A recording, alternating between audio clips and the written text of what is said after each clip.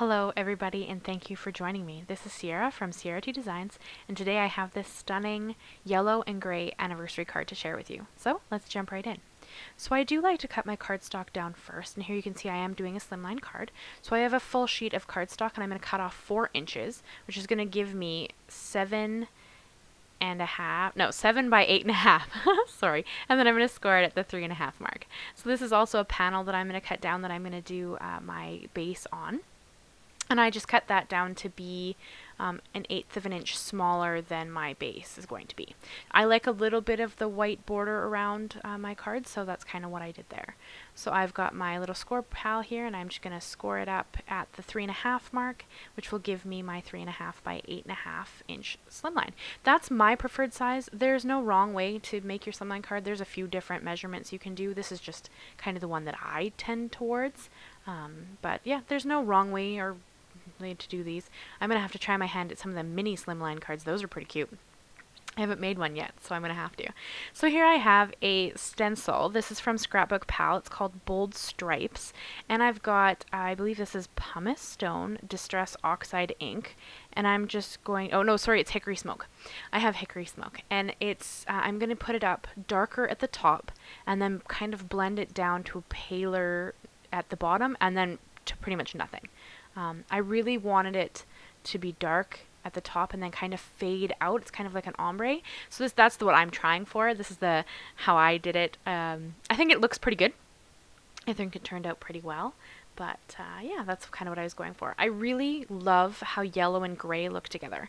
So that was kind of the thought process with this card. I really wanted to have this stunning floral. And then these like gray stripes in the background, and then the floral is it's 2 sets of Copic markers, some yellows and some greens. So yeah, I think the card turned out stunning. I would love to know what you guys think. And then you can see the stencil's not quite long enough for the slimline card, but it's pretty easy to shift over and line up again. So then I have my Misti here. I'm going to heat emboss the florals. So I've never done this before, and I really wanted to try it because I find sometimes with certain inks, when I color with Copics, the ink fades. And I know that there are tricks to this, and I've tried different things, but I really wanted to try this technique. So I have VersaFine Onyx black ink here, which is not a Copic safe ink, just so you know. Don't try to use this with your Copics. But it is a sticky ink that stays sticky for a little while, and then you can heat emboss it. So I have Wow Clear Matte Dull Embossing Powder here. And I'm going to use that to emboss my image so that my lines stay super dark and super vibrant when I use my Copic markers without having to go back and stamp it again at the end or do something else to kind of get my lines to look really pretty again. So this is just something I really wanted to try. You could try this technique with watercolors as well. That would work really well, but I wanted to try it with Copics. Now, keep in mind, there are people who say that you shouldn't use Copics over embossing. I haven't had a problem, so use that with a grain of salt. I mean, use your own discretion. They are your markers. I did, and I had no problem. None of my markers did anything. None of the nibs need to be replaced or anything, so I didn't have any issues. But just be aware that, I mean, I don't think it's suggested that you use them over something that's rougher like an embossed powder, but I didn't have any problems. So you can see here I heat set this. It's going to be a little bit shiny there, but as soon as we get into the coloring, it kind of dulls down and looks really good. So I'm only going to show you this first flower. I'm going to color all 3 flowers the exact same color, and the little buds. There's a couple of buds that stick off as well. All of them are going to be the exact same yellow blend. So I have Y02, Y21, and Y26. And I like to go lightest to darkest and then back to my lightest. So lightest tone, mid-tone, dark tone, mid-tone, light tone. And I pretty much do that on every petal. You don't have to do that. I find that it gives me the smoothest blend and ends up looking more natural. I'm not the best Copic colorist, so this is just kind of the way I've found to get my Copic coloring to look vibrant and still nicely blended. I have seen some amazing colorists be able to start with their darkest color and not have to go back and forth as much, but I don't have the confidence in that yet, so I don't mind taking the extra time and kind of working through the colors and doing it a few times. So with this, I like to lay down the lightest shade of my Copic marker, and I'll lay that all over the surface, and then I'll go in with my mid-tone and add shadows, and then in with my darkest tone to add the deepest shadows and then blend them back out with my mid-tone and then go back over it with my lightest tone.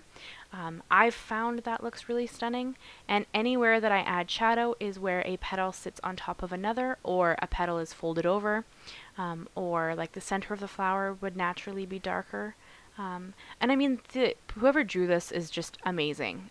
This is Beautiful Flowers by Simon Says Stamp. It has to be one of my favorite stamp sets. I use it consistently all the time. I think this is my 5th or 4th video using this stamp set, and I'm so in love with it that I keep using it again and again, even though it came out, I think, in one of the 2019 stamp kits, Simon kits, and I'm like crazy in love with it. So I am going to bring in 3 greens now. I have YG23, YG17, and G99. And I'm going to do all of the leaves the same colors. With the leaves, none of them really sit on top of one another, so I'm kind of just bringing in the darkest color in the center of the leaf and kind of just accentuating the lines that the artist has already drawn. So, I mean, that's one great thing about these images, is you really just need to follow along with whatever the artist drew. So wherever they put shadows, you can add more depth to, and then it's going to look stunning. So that's kind of what I did right there, and I'm just going to do the exact same for all of the leaves.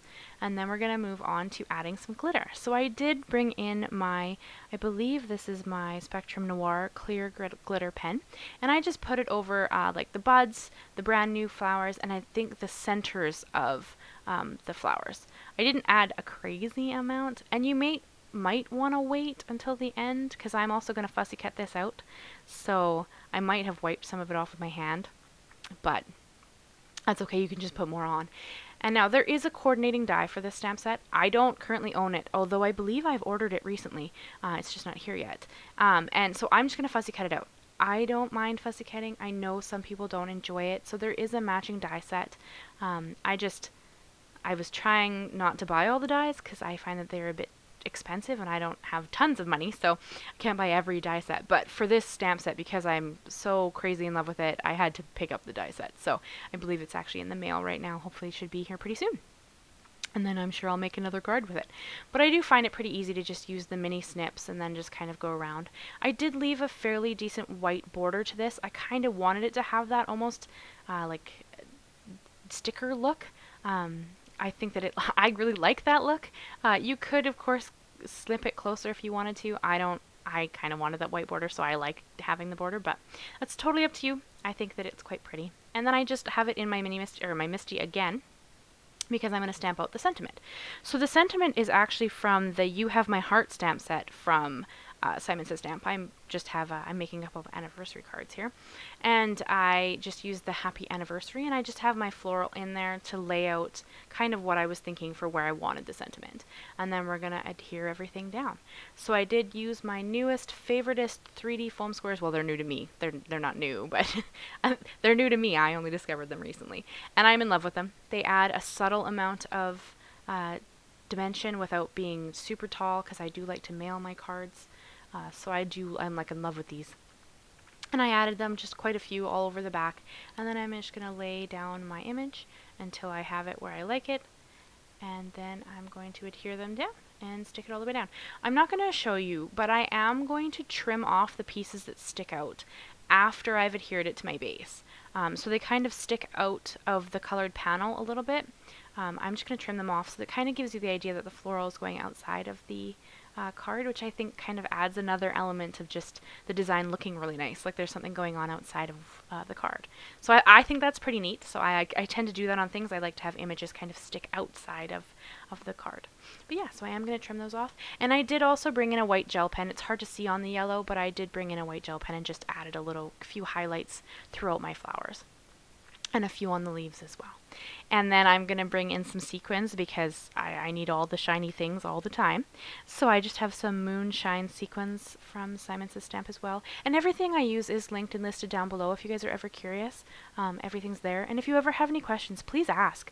I'm more than happy to communicate, to have a conversation, to answer any questions or anything you want to ask me or talk about. I'm more than happy to. I always answer my comments. So please make sure to ask me something if you have any questions.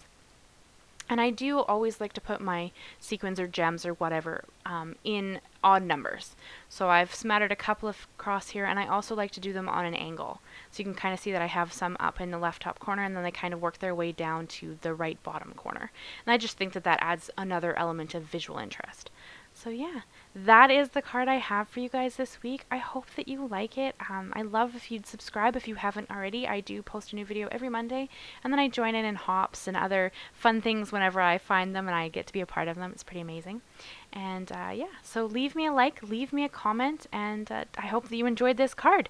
I can't wait until I see you guys again. Thank you so much, and I'll see you again soon. Bye-bye.